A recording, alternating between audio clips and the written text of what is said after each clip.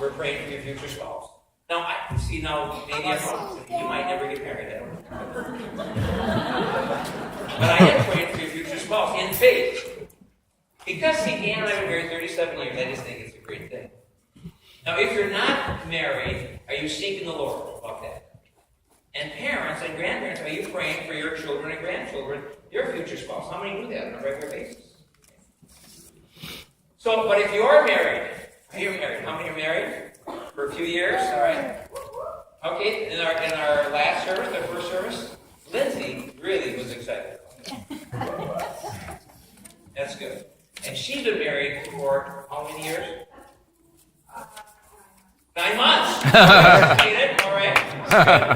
In the first service, we had couples that have married 70 years, Wow. 60 some years, 40 some years. I mean, they've married a long time.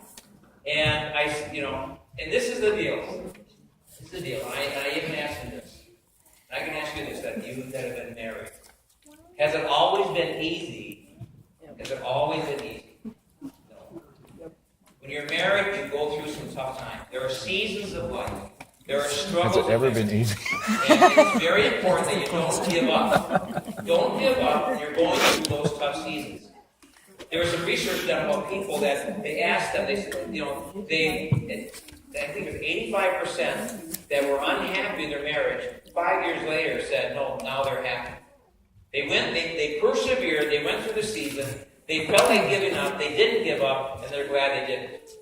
And what's sad is too often couples are in the midst of that tough season, and then they give up. They say, it must be God's will for us to stop because we're having such a tough time. No, it's not God's will for you to stop. You see amen to that? You go through it, and you still do whatever you can to make it the best. So here are some things. I believe this, and I really, strong Christians should have the best marriages. Right? Christians should have the best marriages. People should be looking at your marriage and saying, wow, this is amazing. You guys are amazing. You're so sweet. You're so lovable. You're so tender. Right? Come on. So you make a commitment. Most of the weddings, I would guess probably 99.9% of the weddings that I've officiated or been in, they always make that commitment. Till death, do us part. They stand there and they make the vows. Till death, do us part. Through sickness, through tough times, till death, do us part. So you're still in that commitment. Continue to stay in that commitment.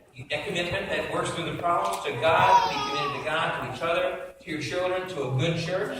Make your marriage a priority. Continue to work on your marriage. Amen. Am I just beating the dead horse? Are you ready for that? Do you believe that? Say move on. Quit talking about marriage. The sad thing is people divorce in their middle age when they just are going through the doldrums. They lived life and they thought, you know what, it's just they've raised the kids, they've been very busy, and they get to the point where they say, you know, I don't know. What do you think we should do? And the sad thing is too many divorce. They just say, you know what, let's just divorce them. That's not God's plan. That's not God's plan. God's plan is for the rest of your life to enjoy your spouse. Amen? That's what the Bible tells us. We need to continue to work at it. So even as we think about that, we continue to have parenting classes, marriage retreats. And part of the reason we do that is because we're always thinking we want to do whatever we can to help you make your marriage better. We believe it's still possible. Because even though you think you married the most perfect person, they still have some faults. You'll discover them eventually. So let's okay. So now this is if there are some things that are going on in your marriage that is causing trouble. If there's some things going on, get rid of them.